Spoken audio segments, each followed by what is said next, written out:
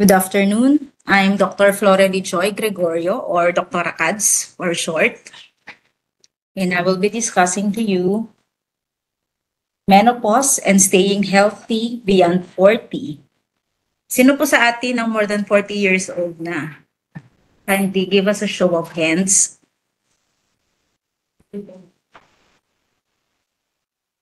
Naku, lahat bata. Ayan. So, Dr. Anna.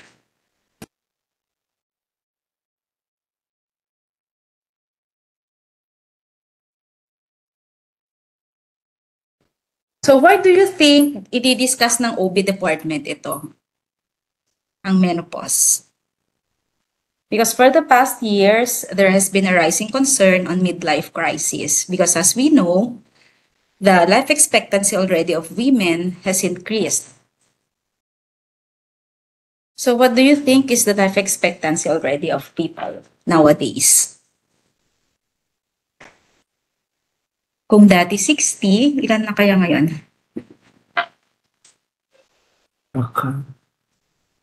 Okay. Sir Gold, 55. 55 kaya? Estimated nila, by 2025, approximately 1.1 billion of people will already be postmenopausal. So mga more than 50s. Ang expectancy, life expectancy is approximately 75. Oh, And by 2030, aabot daw tayo ng 90. improve. Yes, we are improving. Kasi better healthcare. Mas maraming screening tayo na mas maganda. Ay, kasi So, as I mentioned a while ago, by 2030, it's expected that our female life expectancy may break the 90-year barrier. So, from studies, the mean age of menopause for our women is 50 years old, especially among Caucasians. However, among us Filipinos, we have earlier life expectancy, our age of menopause at 48 years old. So that would mean that women already spend more than 1/3 of their lives in menopause. That's why it's important that we have to take care of our menopausal women.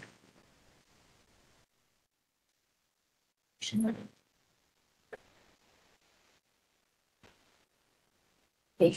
So for natural menopause, ano po ba yung ibig sabihin ng menopause? So we have different types of menopause. Natural menopause is when the woman experiences no menses for approximately 12 months consecutive due to loss of ovarian follicle activity.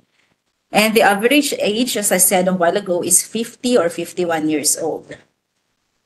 So, ano naman yung induced menopause? So, induced, ibig sabihin, nasadya, or pwedeng nangyari because of surgical removal to the ovaries or iatrogenic ablation of ovarian function, such as what happens in patients who undergo chemotherapy or radiotherapy.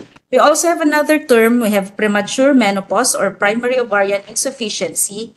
This is when the woman stops menstruating for more than a year before the age of 40. So we call it premature menopause or POI.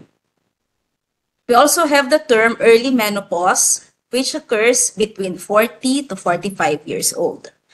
So usually when our patients present to us already with cessation of menses before the age of 40, we already do workup for them. Also with patients at 40 to 45 years old kasi masyadong maaga because as we said a while ago, for Filipinos, the average age of menopause is 48 years old. Now, what are the symptoms that we can see among postmenopausal women or those women who are in their perimenopausal years? If you can see at my slide, we have the 7 dwarfs of menopause. Meron po ba tayong kasama sa trabaho, sa opisina na may mga ganito? We have the 7 dwarfs. They may be itchy. Di ko alam kung saan galing yung itchiness na yan, kung saan part. Basta there's itchy, bitchy, sweaty, sleepy, bloated, forgetful, and psycho. Diba? Yun yung lagi nating term. Kung may nagsusungit na kasama natin sa work, menopause ka manin. Diba? Yun ang sinasabi natin. Because that's one of the symptoms that postmenopausal women experience. So ano nangyayari? Bakit nagkakaroon ng menopause ang isang babae? So what happens? Kilala niyo pa ba ito? Can you write down the name of this particular actress?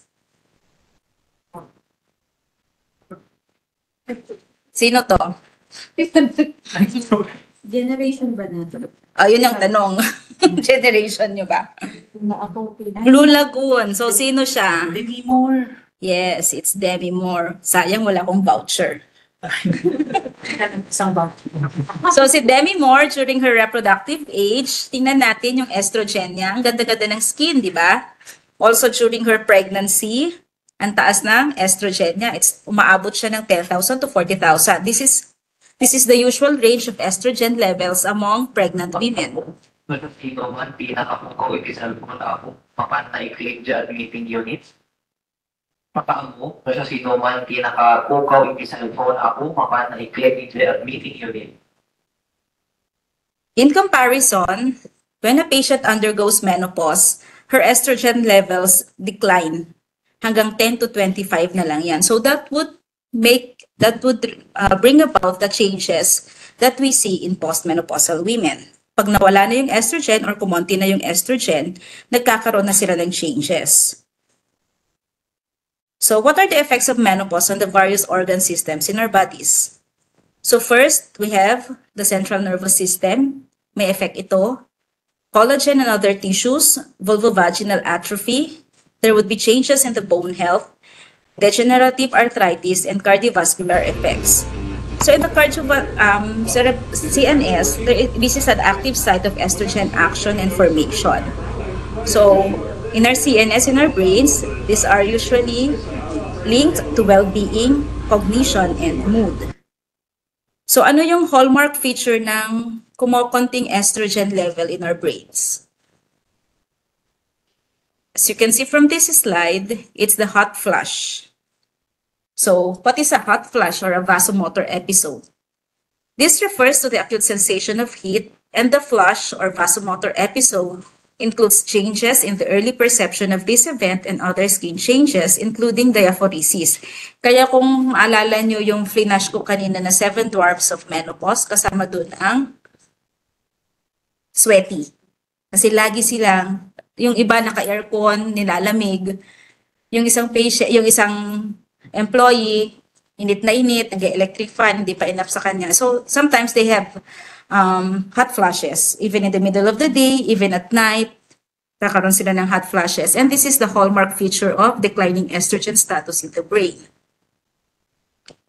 So, itong vasomotor symptoms natin and hot flashes, night sweats, usually mas severe sa mga obese and those who smoke. So kung titingnan natin later on, my topic is on staying healthy beyond 40.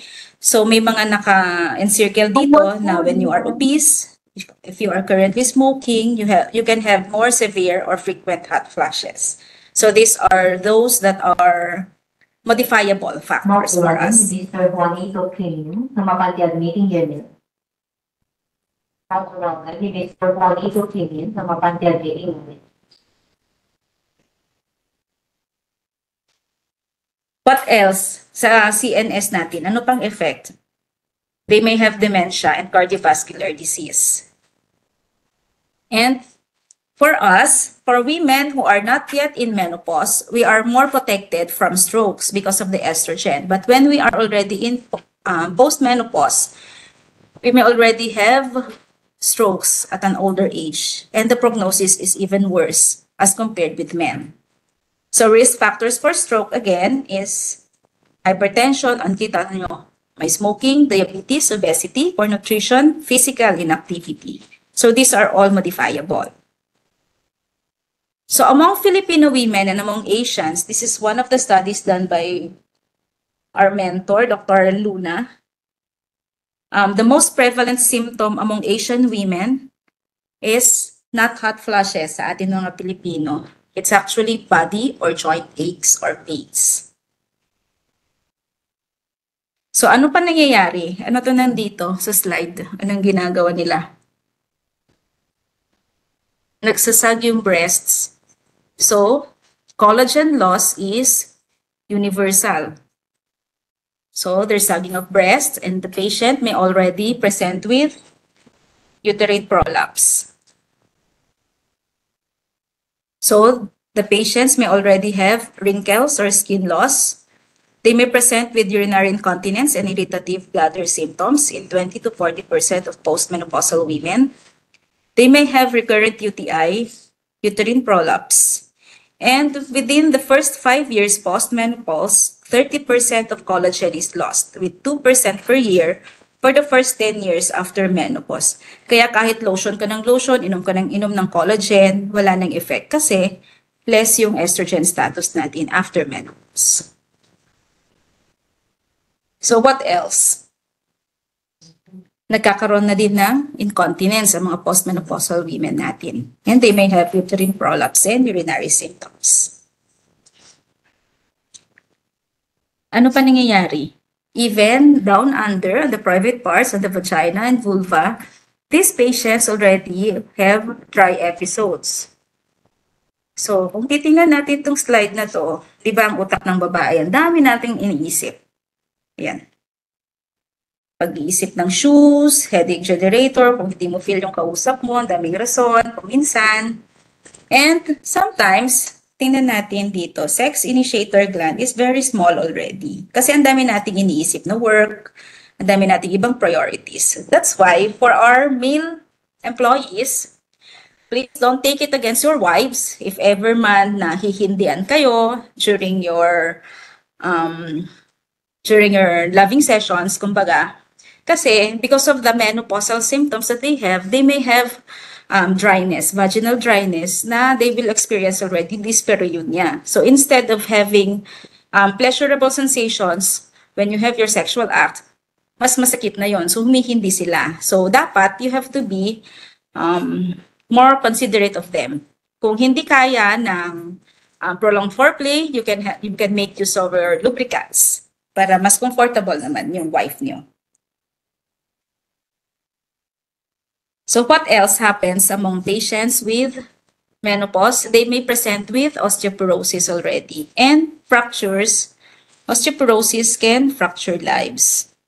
What about the heart? Ano nangyayari sa heart natin? This is one of the reasons why the Philippine Obstetric and Gynecological Society is pushing more on the management of menopause because it has been found that there are certain cardiovascular effects associated with menopause. So the risk for cardiovascular disease increases significantly after menopause.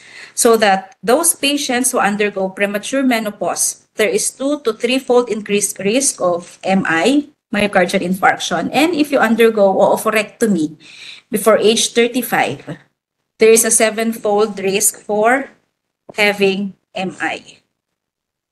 That's why ang tinuturo namin sa mga residents and among our colleagues, we delay letting especially if they undergo surgery, hysterectomy for benign diseases such as myomas o kaya benign ovarian diseases, as much as possible, we ask them to preserve the ovaries because we don't want them to undergo early menopause. Pinupush namin hanggang 65 unless the patient has a strong family history of cancer or if the patient undergoes hysterectomy for cancer. So the most prevalent finding in cardiovascular disease increase is the accelerated rise in total cholesterol. So again, coronary heart disease presents later, approximately 10 years later in women than in men. So most important preventable risk factors for women to have CHD would be poor nutrition, physical inactivity, and smoking.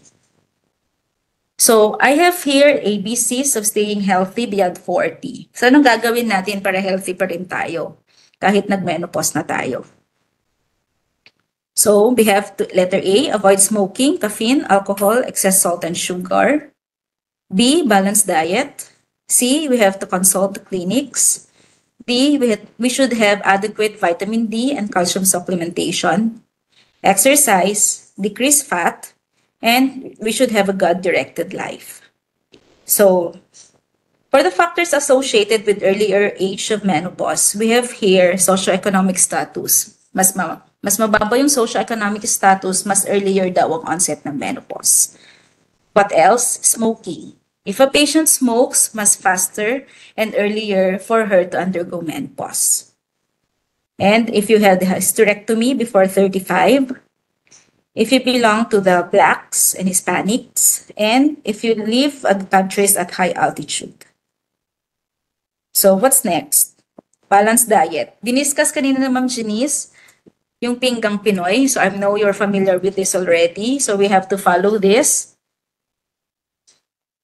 And then, of course, we have clinic consult. Since we are all working in the hospital, we are very much benefited from our EMS because we are given the chance to have annual exams to check on our health.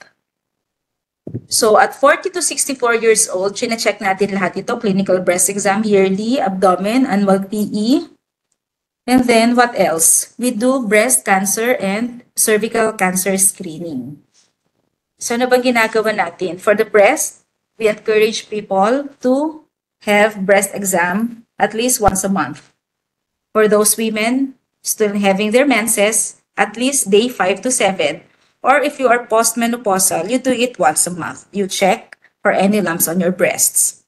And you also have to check, these are the signs that you can see when you do your breast exam. These are the symptoms and signs for breast cancer.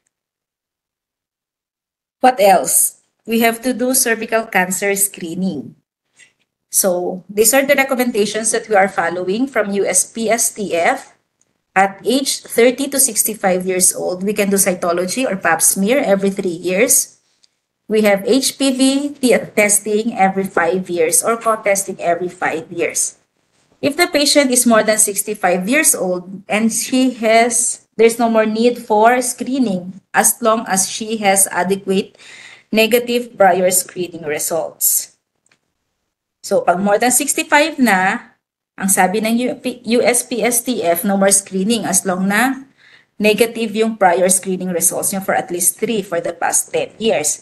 However, in the Philippines, we have PSCPC, Philippine Society for Colposcopy. So we have to continue screening beyond 65 years because we are seeing patients more than 65 years old still presenting with cervical cancer. So start screening at 30. Then continue beyond 65 years. So that's for cervical cancer. So paano ba ginagawa ang pap smear? So when you go to the clinic, we usually ask you to lie down on the bed and we insert a speculum. And then we get samples from your cervix. So pap smear, you have to avoid vaginal intercourse or douching and any vaginally applied medicine for at least 1 to 2 days prior to the exam. So what else are we supposed to do if you are more than 40 already? So we have annual mammography. Ginagawa naman natin for those more than 40 years old. And starting at 45 years old, we do diabetes testing and lipids every 5 years, starting from 45 or earlier if you have risk factors. And for colonoscopy every 10 years, starting at 50 years old. So ito po yung mga ginagawa natin supposed to be for our patients, and these are all available in our hospital. So mammography, starting at 40 years and annually, ito po yung ginagawa natin. So it's done every year after 40 years old or earlier if the patient has risk factors. So what about bone mineral density? It has to be done every 2 years starting from 65 years old. And yung binanggit kanina ni Doc RJ, we should also have our immunizations. So what about osteoporosis screening? We follow selective examination of high-risk women, and we make use of the FRAX algorithms to give us the 10-year probability of hip fracture. So we use dual energy X-ray absorptiometry or DEXA to assess bone mineral density and need for treatment. So ang DEXA po is available in our hospital. So in the low resource setting, we also have osteoporosis screening tool for Asians. Ito lang po yung sakit. Osteoporosis lang po ang sakit na advantage ang obese.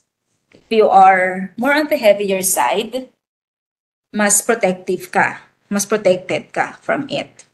So, kunyari meron tayong patient na 60 years old, tapos ang weight niya is 65 to 69 kilos lang. So, low risk siya. But if she is, kunyari, 59, pero ang timbang niya is 99 to 109 lang. So, she belongs to the high-risk group. So, dapat nagkakaroon na sila ng DEXA earlier. So, this is the OSTA tool. So, what else can we do? We can have vitamin D and calcium supplementation. So, please don't forget, as early as you are 35 years old, you already start supplementing calcium and vitamin D. So, recommended daily dose is 1,200 milligrams per day for calcium, and vitamin D, 600 to 800 IU per day. And we also have to avoid high sodium intake and high caffeine intake. Tatanungin niyo ako, ano ba yung high caffeine intake, doktora? Ilang cups of coffee? Ilang po ba yun? It's 5. Oh. More than 5. But for patients who are trying to get pregnant, it should not be more than 3 cups naman. So, 5 yung pag postmenopausal. Okay, what else? We need to exercise. Na-discuss na rin ito kanina. So, we should have at least 2.5 hours moderate intensity aerobic activity per week and muscle strengthening activities 2 days per week pag 18 to 64 years old. So, we can also have the moderate intensity, yun yung brisk walking, water aerobics, pushing the lawnmower, or vigorous activities for our males. O kaya if you run, those are vigorous intensity aerobic activities. So, paano naman pag hindi tayo masyadong active? We're more on the sedentary lifestyle. So, we can actually have this. You can download this from YouTube. You check the site of Leslie Sansone. It's a walk at home. Ito po siya. You just have to follow the beat. And Here comes aerobic conditioning. This is where the heart healthy workout starts. You hear that pace? And it's good enough as moderate intensity. Walk. There you go. That's the brisk power pace that gets you in great shape. Come on, let's try to keep up with that. Siya, you just have to follow. Walk. Nice. 5, 6. Ready for side step? Let's step out. Everything is faster. We'll exaggerate the movements, we'll make them bigger. If you sit down low, you'll engage more quadricep, hamstrings, gluteal, all the lower body muscles. So what else? Ito yung fat. Siyempre, balik pa rin tayo dun sa diet natin. So the optimal waist circumference. Who among us know our waist circumference? So ang ideal waistline or waist circumference for Asians is 31.5 and below. Okay, ito siya. So how do you measure your waist circumference? You start with your umbilicus. So pag more than 80 centimeters for women, that is already called abdominal obesity for our South Asians. And a better way also, since ang Filipinos daw mas makapal ang visceral fat natin, better measure would be the waist to hip ratio. So waist to hip ratio is calculated by dividing the circumference of your waist by that of your hips. So the waist is here, the smallest portion of your abdomen, and then your hips. So you divide it. So women with a ratio of 0.85 or more are greater. They are deemed to have higher risk for higher levels of visceral fat. Ano ba ibig sabihin pag mas marami tayong visceral fat?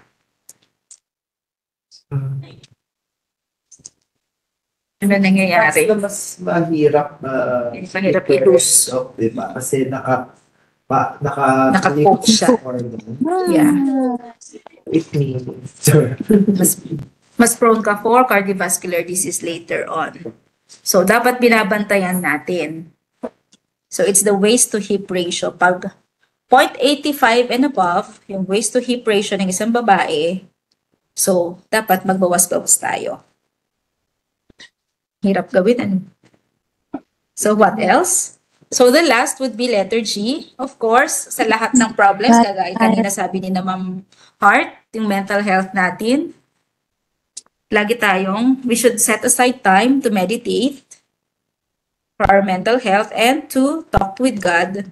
And remember this verse, whether therefore you eat or drink or whatever you do all to the glory of God. And that kahit gaano kahirap ang menopausal symptoms that we may be experiencing soon, kasi lahat naman tayong mga girls dadaan dun, we can always rely in our colleagues, in our institute, and help is always possible. So we have to take care of our postmenopausal women, and we can still stay healthy at 40. And in the Department of OB, we have the menopause clinic. I-advertise ko na lang po, we have the menopause clinic. You can always come and visit us. It's open Tuesdays and Thursdays, 9 a.m. to 3 p.m.